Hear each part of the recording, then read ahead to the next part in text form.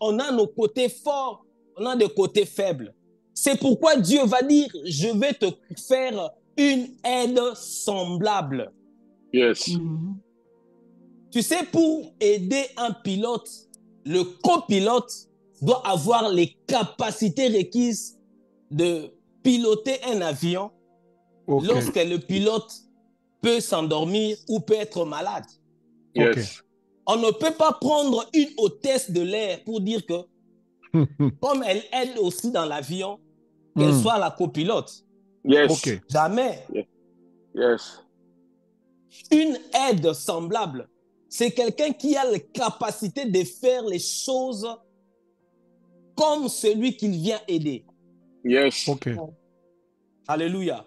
Amen. Parce que si une hôtesse dans l'avion peut aider, mais jamais il n'aidera à conduire l'avion. Yes. Il va aider en amenant le café, en amenant du thé, en amenant le repas, en amenant des serviettes. Mais jamais il ne pourra prendre l'avion et commencer à piloter pendant une certaine distance. Seule une copilote peut faire ces choses-là. Donc, je veux dire que le mariage, c'est semblable à un avion qui a besoin d'un pilote et d'un copilote. Yes. Le mariage, ce n'est pas une voiture qui n'a besoin que d'un seul chauffeur. Amen. Alléluia. Amen. Le mariage, c'est un avion qui a besoin d'un pilote et de sa copilote.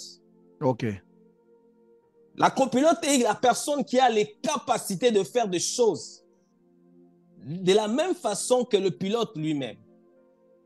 Et ici, vous verrez dans le verset, on a lu que Nabal avait la possibilité de répondre avec beaucoup d'aisance à David et les choses iraient de la bonne façon. Mais comme c'était un monsieur méchant, son côté faible a prévalu. Mais heureusement pour lui, il avait une copilote qui était fort dans ce domaine-là. Parce qu'elle avait le bon sens. Alléluia. Le copilote avait le bon sens. Lorsqu'il a vu que non, David, c'est quelqu'un qui est loin. C'est quelqu'un qui monte à puissance. Certainement, il sera le roi de ce pays. Si on va le contrarier maintenant, c'est notre fin. Alors, il s'est hâta pour aller calmer la colère de David. C'est ça le rôle qu'on doit jouer dans le mariage en tant que partenaire. Dans le mariage, on a deux personnes qui, deux fois, on a nos points forts et nos points faibles. Dans le mariage, l'homme peut être fort dans un domaine, mais faible dans un autre. C'est pour cela que Dieu fait en sorte qu'il y a une aide. Qui va être fort d'un moment, là où l'homme est faible, la femme est forte. Là où la femme est forte, l'homme est faible. Et là où aussi la femme est faible, l'homme est fort. Et c'est ça qui fait la beauté du mariage. C'est pour cela que la Bible dit que deux valent mieux qu'un. Alléluia. Amen. Un seul peut mourir parce qu'il y a le froid qui va le tuer. Mais à deux, on se réchauffe. Alléluia. Et une corde à deux fils se rompt difficilement. Et dans ce même verset-là, on dit aussi que si une seule personne peut vaincre un, mais à deux, ils peuvent venir à bout de cette personne-là. Parce que quand on est dans le mariage, on est censé être deux partenaires qui vont s'entraider, qui vont se soutenir. Là où, c'est pour ça que vous verrez que dans le mariage, là où on est faible, on ne paraît plus faible parce que l'autre comble nos faiblesses. Parce que le partenaire comble tes faiblesses. Comme ce jour-là, Abigail a comblé les faiblesses de Nabal. Elle a comblé les faiblesses de Nabal. Si Abigail n'avait pas comblé cette faiblesse-là, ils auraient tout perdu, toute leur vie serait perdue. Mais parce qu'il y avait une femme qui était capable de combler les faiblesses de son homme. Abigail n'était pas une femme comme Ananias et Saphira. OK. Vous voyez, le mariage qu'on a vu entre Ananias et Saphira, ça allait bien, mais le mal avec ces personnes, c'était deux personnes qui étaient faibles. Come on. Ils étaient tous des faibles. Et lorsque l'un était en train de tomber, l'autre n'a pas soulevé l'autre. Très Ils important. sont tous tombés dans le trou. Mais Dieu, dans sa façon de faire les choses, lorsqu'il fait en sorte que tu sois dans le mariage, il fera en sorte que ton conjoint ou ta conjointe soit réellement la personne qui vient combler tes vides, Merci. qui vient combler tes faiblesses, qui vient combler tes insuffisances, qui vient combler ta réflexion. Là où les gens peuvent dire que toi, tu ne réfléchis pas bien. Depuis qu'il est marié, il commence à bien réfléchir. Vous ne savez pas. Avant de vous parler, quelqu'un la nuit lui dit, ici, il faut faire ça, il faut faire ça, il faut faire ça. Alléluia. Quand il viendra, il va vous dire des choses. Vous dites, il est devenu très intelligent. Yes. Non, parce qu'il y a quelqu'un qui comble ses insuffisances. Alléluia. Parce qu'il y a quelqu'un qui comble ses défauts. Yes. Il y a quelqu'un qui comble ses erreurs. Amen. Alléluia. Alléluia. Vous verrez que Adam avait une femme qui était à ses côtés pour l'aider. Yes. C'est ça l'aide semblable. Une aide qui peut vous aider là où vous êtes incapable. Ce n'est pas que moi je ne peux pas transporter une pierre, toi aussi tu ne peux pas. Comme le mariage de Ananias et Saphira. Non, je refuse un mariage de ce genre pour toi au nom de Jésus. Au nom de Je Jésus. ne trouve pas dans un mariage du type Ananias et Saphira au nom de Jésus. Au nom de Jésus. Que ton mariage soit le mariage du type où tu te retrouves, tu es dans la faiblesse, ton partenaire te sort du gouffre. Oh yes. Tu commences à tomber, que ton partenaire te tient la main et te fasse sortir de là. Au nom de Lorsque Jésus. tu commences à tomber, que ton partenaire te tient la main et te fasse sortir de cette situation malheureuse où tu te retrouves. Yes. Tu commences à pleurer, que ta partenaire soit quelqu'un qui sait essuyer tes larmes. Come on. Alléluia. Yes. Amen. Alléluia. C'est Amen. pourquoi j'aime bien lire ce qui est écrit dans Genèse. Dans Genèse, chapitre 2, verset 8. Vous comprendrez beaucoup de choses que Dieu a fait dans le mariage.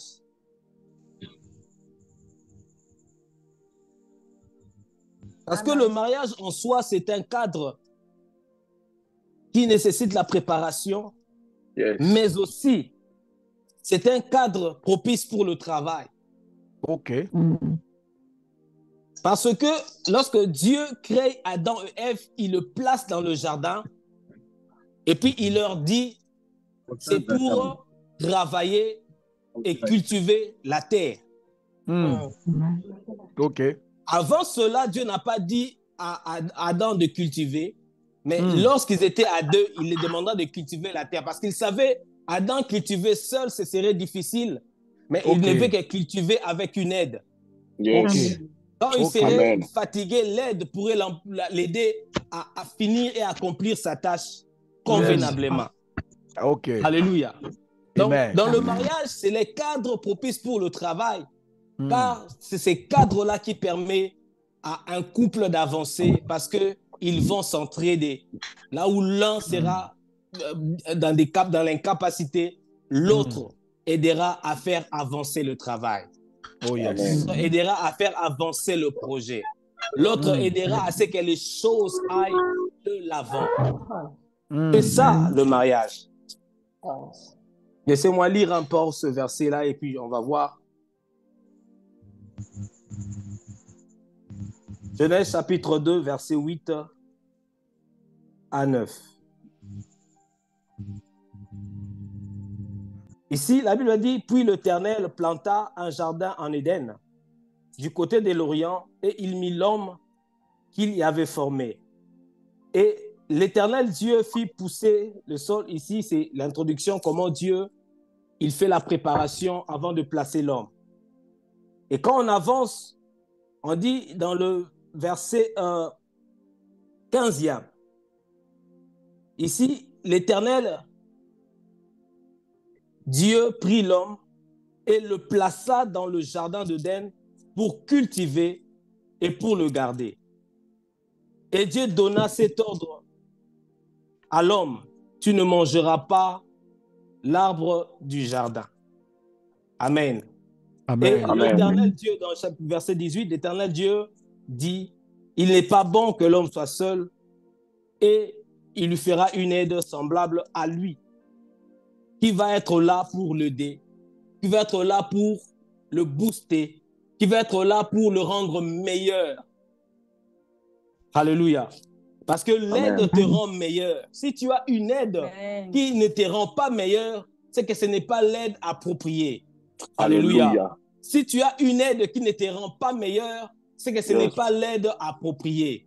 Que tu sois une aide qui rend meilleur ta partenaire au nom de Jésus. Amen. L'aide doit rendre meilleur. L'aide doit faciliter le travail de la personne qu'il vient aider. L'aide doit être comme cette femme Abigail. Alléluia. Amen. Et le mariage, c'est aussi un cadre où règne l'amour. Alléluia. Okay. Amen. C'est un cadre où règne l'amour.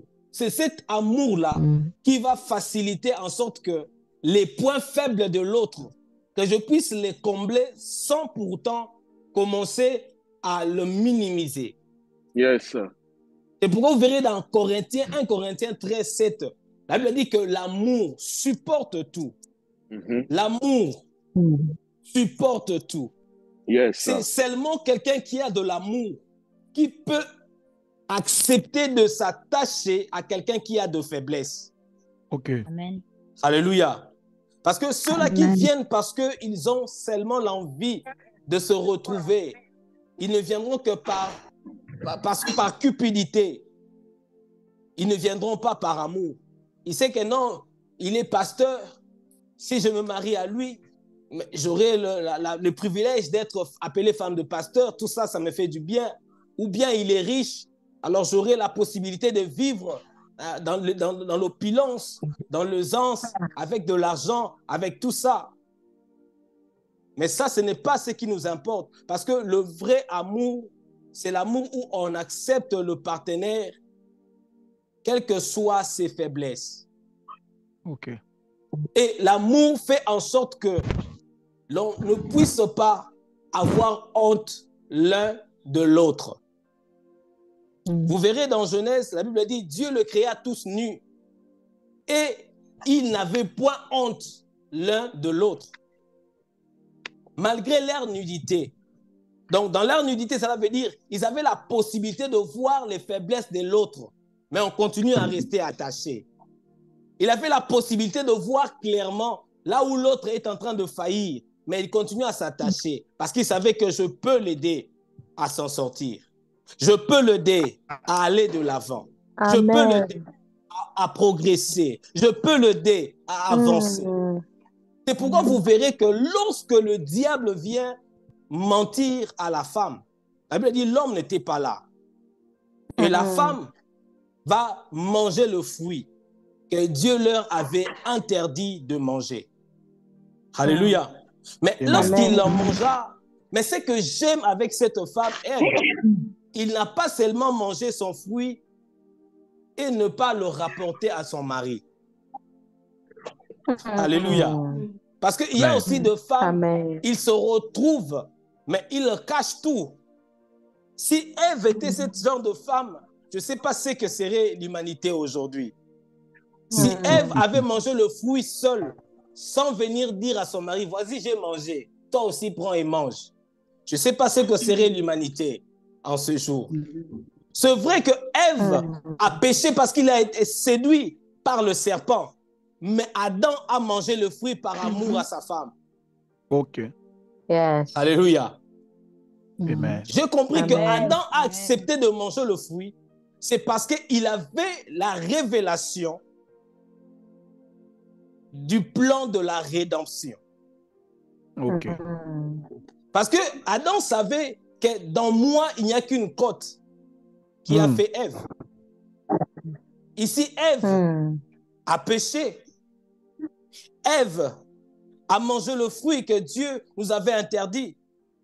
Or, Dieu leur avait dit, le jour où vous mangerez ce fruit, vous mourrez certainement. Et Adam savait que Ève, après avoir mangé ce fruit, Ève n'est plus. Adam a compris que ma vie sans Ève n'a pas de valeur. Par amour, Adam aussi mange le fruit parce que aussi il avait la révélation de la rédemption. Ok. Voilà pourquoi Christ, qui est le pouce de l'Église, il a fait pratiquement la même chose qu'Adam. Ok. Mais de la plus pire des manières. Si Adam a péché, Christ est devenu péché. Alléluia. Si Adam a péché en mangeant le fruit, mais Christ s'est fait pécher lui-même. Il est devenu le péché. Parce qu'il était amoureux de sa fiancée. Parce qu'il était amoureux de son église. C'est pourquoi la Bible dit que hommes, mari, aimez vos femmes comme Christ a aimé l'église. Amen. Alléluia. C'est par amour qu'on peut accepter d'aller dans la boue avec dans l'espoir d'étirer l'autre. C'est à cause de cet acte-là que vous verrez lorsque Dieu vient, il pose le premier geste qui préfigurait que réellement la rédemption est là. Il s'est couvré avec les feuilles, mais Dieu tue un animal, il versa le sang qui préfigurait la mort de Christ sur la croix pour essayer de couvrir leur nudité, de couvrir leur honte, de couvrir leur péché. Alléluia. Amen. Amen. C'est la force de l'amour. L'amour d'Adam a permis à ceux qu'il puisse suivre sa femme dans cette voie-là. Sachant qu'avec Dieu, ils auront la possibilité de vivre de grandes choses. Amen, amen. Amen. Bien-aimé dans le Seigneur, laisse-moi te dire que le mariage, c'est un cadre où on n'est pas toujours fort. Il y a des moments, on peut devenir aussi faible. Mais lorsqu'on est faible, l'autre que Dieu a mis à vos côtés, c'est elle ou celui qui fera votre force. Oh yes. C'est lui qui fera votre force et votre fierté. C'est ça le mariage. Oh yes. C'est ça le mariage qui est une maison qui supporte le faible. Oh yes. Bien-aimé, ça ferait très mal du moment où tu te sens faible que tu n'aies pas personne pour t'aider. Ça ferait très mal du moment où tu es faible que tu n'aies personne qui puisse étendre sa main pour t'aider. Yes. Ça serait très difficile. Ça serait très compliqué. Et pour cela, Dieu a institué le mariage comme un cadre parfait où l'aide mutuelle est le principe numéro 1. L'aide mutuelle est le principe numéro 1. Ou lorsqu'on est faible, on ne l'est plus. Parce que quelqu'un d'autre, il est la plus-value. Il est cette TVA qui rend que tu aies une valeur sur plus que ce que tu étais avant. Yes. Quand tu es dans votre famille, chez vous, à la maison, vous étiez quelqu'un d'autre. Mais lorsque tu t'attaches à quelqu'un, tu t'attaches à une femme, vous deux, vous devenez une seule chair. Et vous devenez plus fort qu'avant. Vous deux, vous devenez une seule chair. Vous devenez plus puissant qu'avant. Les batailles que l'un ne pouvait pas vaincre, mais il le vaincra maintenant parce qu'il n'est plus seul, ils sont à deux. À deux, le miracle est possible. À deux, ce qui était compliqué pour l'un devient facile. Le mariage, c'est vraiment le cadre que Dieu a institué pour qu'il y ait cette aide mutuelle. Amen. Et les éléments qui favorisent cette aide mutuelle, il y a l'amour. L'amour ne doit pas manquer parce que c'est ça qui est vraiment l'essentiel dans le mariage. Amen. Et pas seulement dans le mariage aussi. Lorsque les enfants viendront, l'amour, c'est quelque chose de très capital, de très important, qui va vous permettre de vaincre les obstacles, de vaincre les difficultés, de vaincre les problèmes qui se poseront devant vous. Parce que le mariage d'Adam a connu aussi des difficultés, mais à cause de l'amour, ils s'en sont sortis de la plus belle de manière. Alléluia. Amen. Amen. C'est ça le mariage. Parce que si il n'y avait pas d'amour, Adam se serait dit, elle va déjà manger. Moi, je vais attendre que peut-être Dieu me donnera un autre. Mais comme il aimait son épouse, comme il aimait Ève, il n'a pas voulu la lâcher. Et le plan du salut a été déclenché. Alléluia. Amen. C'est ça le mariage. Donc dans le mariage, vous verrez tant de choses, des choses extraordinaires. Moi, j'ai vu, lorsque je me suis marié, j'ai rencontré des choses un peu compliquées parce que je me suis marié, j'étais en Afrique du Sud et mon épouse était au Congo, on devait se marier, on s'est marié et puis elle m'a rejoint en Afrique du Sud et c'est là-bas qu'on vivait. En Afrique du Sud, on avait une vie qui n'était pas vraiment assez aisée parce que ce n'était pas facile de s'en sortir. Il y avait d'abord un problème de documents, de papiers qui était vraiment un casse-tête qui bloquait le main. Tu ne peux pas avancer. Mais avec cette vie-là, moi, je continuais à me débrouiller, j'étais bien. Mais lorsque je me suis marié, c'est en ce moment-là que je compris que ça, ce n'est pas une vie. Et je dois sortir de ce pays.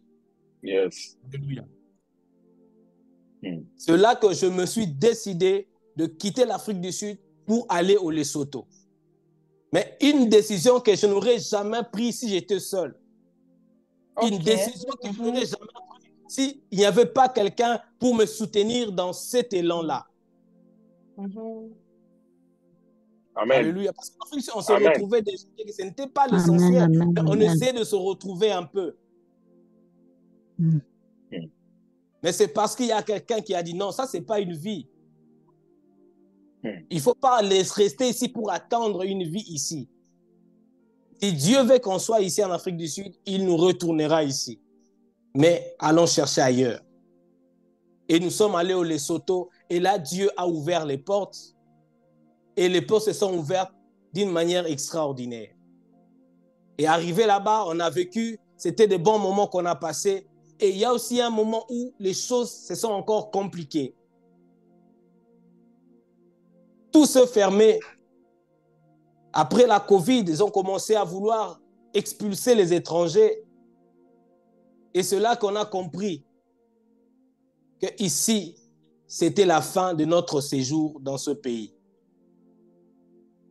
Les jours où je recevais la lettre, on me disait que non, ton contrat, on ne renouvelle plus. Je rentre à la maison. Je n'étais pas seul. Heureusement, j'avais quelqu'un auprès de qui je pourrais pleurer. Amen. Le mariage. Alléluia. Quelqu'un qui pouvait m'aider dans cette faiblesse-là. Je dis non, ça va aller, ça va marcher. Amen. Et nous nous sommes dit, si Dieu a permis que les personnes qui font la débauche restent dans le travail, nous qui servons le Seigneur, que l'on quitte ce travail, ce que le Seigneur a décidé. Et notre place n'est plus dans ce pays. Amen. Et on a continué à vivre, on ne savait pas comment nous allions sortir de ce pays-là. Et Dieu nous a fait grâce. Moins d'une année après, nous sommes en France. Amen. Alléluia. Yes. Alléluia. Amen. Donc, je bénis le Seigneur pour ce message. Je crois qu'on va continuer prochainement avec beaucoup de points que Dieu va nous mettre à cœur, où nous allons voir aussi la famille, le mariage qu'il y avait entre Moïse avec sa femme et nous verrons comment est-ce que Dieu est en train de faire des choses dans le mariage. Amen. Amen, amen. Amen. Amen. Le mariage, c'est là où un cadre parfait pour se soutenir. Amen. Et aux célibataires, j'aimerais vous dire, bien-aimés, pendant votre célibat, pendant vos fiançailles, il faudrait toujours voir ce côté-là. Est-ce que réellement l'homme avec qui j'irai dans le mariage, est-il prêt à être cette aide-là? Est-ce que c'est vraiment une plus-value dans ma vie? Est-ce que vraiment c'est la personne qui ajouterait un plus dans ma vie? Okay. C'est pour cela, pour le chrétien, on nous dit, il ne faut pas aller avec le païen. Parce qu'il n'ajoute pas. Au contraire, il vous amène la boisson, l'alcool. Au contraire, il vous amène dans des désordres. Si vous avez la possibilité d'éviter cela, pendant que vous êtes encore célibataire, évitez-le. Mais pour ceux-là qui sont déjà mariés, qui se retrouvent dans des situations pareilles, soyez le point fort. Yes. Cette relation-là. Amen. Soyez le point fort qui va permettre à cet homme qui se déverse dans la boisson à quitter cette vie. Si Dieu a permis que tu sois avec un homme pareil, cela veut dire que Dieu sait que tu es cette Abigail remplie de bon sens. Dieu sait que tu es cette Abigail remplie de bon sens. Amen. Utilise le bon sens pour sortir ton homme dans ce cadre-là. Et je sais que c'est possible avec Dieu. La Bible dit, rien ne peut nous arriver qui soit au-delà de nos capacités. Alléluia. Dieu t'a permis que tu sois dans la situation-là, car il sait que tu peux l'aider. Alléluia. Si c'était quelqu'un d'autre, peut-être il va s'enfuir. Mais depuis longtemps, au Kima Liba la Wanate, tu n'as jamais fui ce mariage-là. Amen. Alléluia. Malgré la méchanceté de Nabal, Abigail n'a jamais fui son mariage. Malgré l'ivrognerie de ton mari, tu n'as jamais fui ce mariage-là. Sois le point fort. Sois le soutien qu'il faut pour ton mari. Sois le soutien qu'il faut pour ta femme. Sois le soutien qu'il faut pour ton conjoint ou pour ta conjointe. Que le Seigneur Dieu nous bénisse abondamment. Nous continuerons prochainement. Amen. Amen. Amen. Est-ce que quelqu'un peut acclamer les Seigneurs? Est-ce que quelqu'un peut acclamer les Seigneurs? Est-ce que tu peux acclamer les Seigneurs? Est-ce que quelqu'un peut acclamer?